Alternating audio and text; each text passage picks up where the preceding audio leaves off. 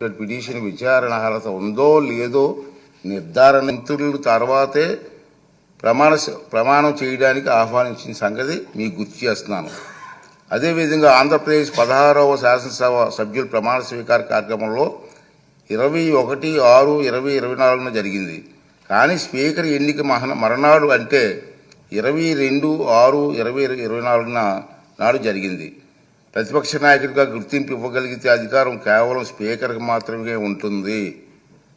అందుకే సభ్యుల ప్రమాణ స్వీకార కార్యక్రమం జగన్మోహన్ రెడ్డికి ప్రతిపక్ష హోదా నిరాకరించడానికి సూచించిన అన్న వాదన సరికాదు. నిజానికి జగన్మోహన్ రెడ్డి వైఎస్ఆర్సీ శాసనసభ పక్ష నాయకుడిగా ఎన్నికైనట్టు 26/6/2024 వరకు మా సచివాలయానికి తెలపలేదు. నెంబర్ 1. అలాంటప్పుడు జూన్ 26 కంటే ముందు, అందున స్పీకర్ ఎన్నిక జరగక ముందు ప్రతిపక్ష నాయకుడి హోదా గురించి నిర్ణయం తీసుకోవడం సాధ్యమా? ఇది ఒకటి గమనించవలసిన అవసరం ఉంది.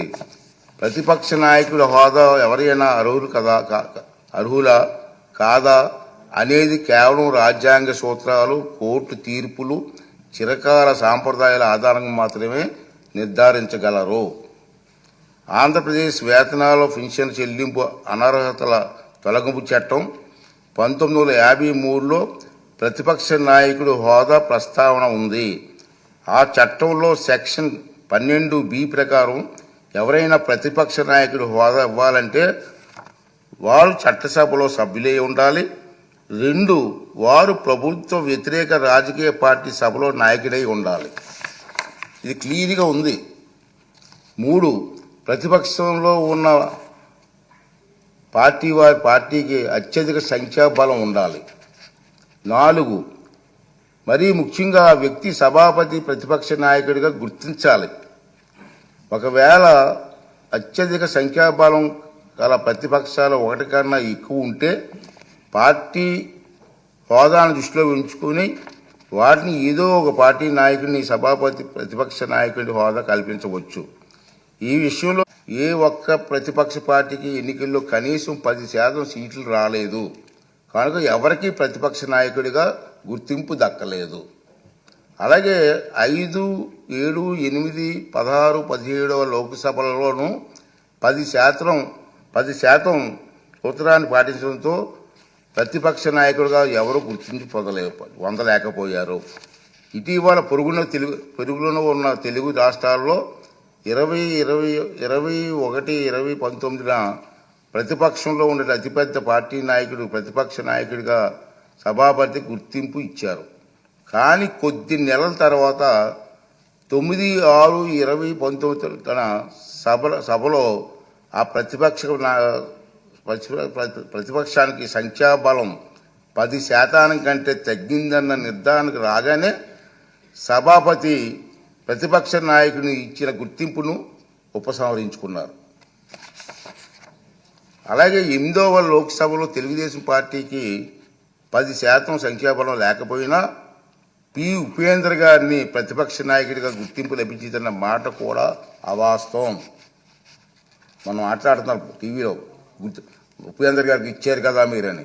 అది వాస్తవం కాదు. రికార్డ్ అంతా వెరిఫై చేయించాను. అది వాస్తవం కాదు. ఉపేంద్ర గారు ఆనాటి సభాపతి టీడీపీ గ్రూపు నాయకుడికి మాత్రమే నిర్ణయించారు. దాన్ని ఇతను ఇష్టం వచ్చినట్టుగా అవాస్తవాలు మాట్లాడే పరిస్థితికి వచ్చింది. ఈ వాస్తవాలను, సాంప్రదాయాలను దృష్టిలో ఉంచుకుంటే 175 మంది సభ్యులున్న నేటి ఆంధ్రప్రదేశ్ శాసనసభ అతిపెద్ద ప్రతిపక్ష పార్టీకి కనీసం 18 మంది సభ్యులుంటే తప్ప ప్రతిపక్ష నాయకుడి హోదా రాదని అందరికీ అర్థమవుతుంది.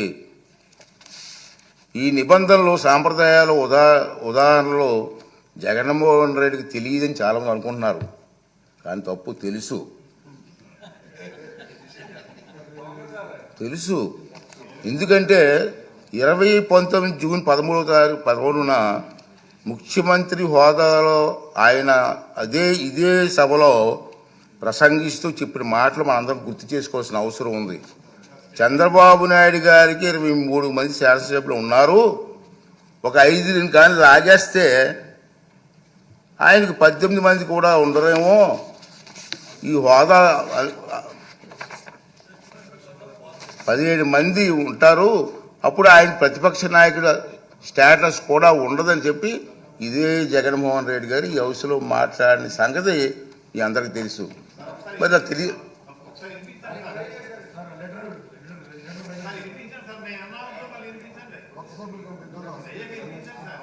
అదే చెప్తాం కదా.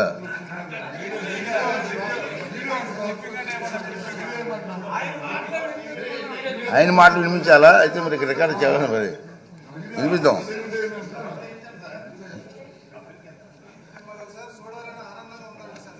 అతనే చెప్పారు, ఒక స్పీకర్కు దురుద్దేశాలు ఆపాదించడం సభా హక్కుల ఉల్లంఘన కిందకు వస్తుందని మీ అందరికీ తెలుసు. ఈ పాయింటే. అయినప్పటికీ వైఎస్ జగన్మోహన్ రెడ్డి ఇప్పటి వరకు సాధించిన దుష్ప్రచారాన్ని సంధి ప్రేలాపనలు అంటున్నాను. మా సైడ్ సంధి ప్రేలాపనలు అంటారండి. సంధి ప్రేలాపనలను పరిగణలోకి ప్రేలాపనలుగా పరిగణించి క్షమిస్తున్నాను. సభాపతి హోదాలో క్షమిస్తున్నాను. ఈ ధోరణి ఇలాగే కొనసాగితే భవిష్యత్తులో ఎలాంటి చర్యలు తీసుకోవాలనేది ఈ సభలోని సభ్యుల సమిష్టి విజ్ఞతకు వదిలేస్తున్నాను. రూలింగ్ అవునండి, మీరు సభాపతి చేశారు కదా. ఈ సందర్భంగా మహానుభావుడు శ్రీ నందమూరి తారక రామారావు గారి ప్రజాసేవలో ఉన్నవారికి చెప్పిన తారక మంత్రం గుర్తు చేసుకుందాం. తారక మంత్రం సార్, ప్రజలే దేవుళ్ళు, సమాజమే దేవాలయం. ఈ శాసనసభ ప్రజలు అనేక దేవుళ్ళు నేరుగా ఎన్నుకున్న దేవాలయం. మళ్ళీ ఒకసారి రిపీట్ చేస్తాను, ఈ శాసనసభ ప్రజలు అనే దేవుళ్ళు నేరుగా ఎన్నుకున్న దేవాలయం. ఇది మనకు దేవాలయం లాంటిది. స్పీకర్గా నా బాధ్యత ఈ దేవాలయానికి నేను పూజారిగా పనిచేస్తున్నాను మాత్రమే, అంతే కదండి. దేవుడు తిరస్కరించిన వరాన్ని పూజారి నుండి ఆశించడం ఎంత తప్పు కదండి. దేవుడి నిర్ణయం, నీ 11 మంది ఇచ్చాడు, నన్ను ఏం చేస్తాను? పూజారికి నేను ఏం చేయగలను?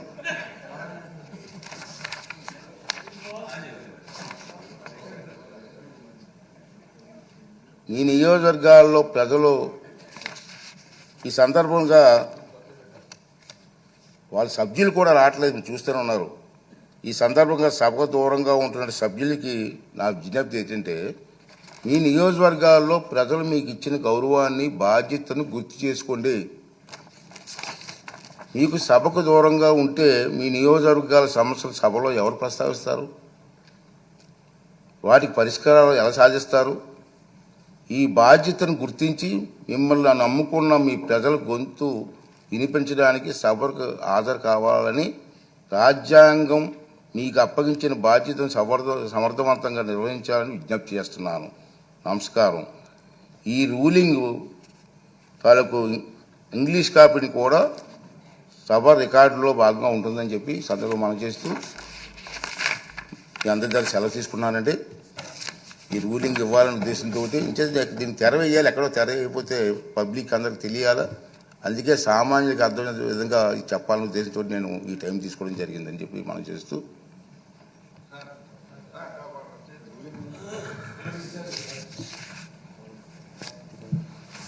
అధ్యక్ష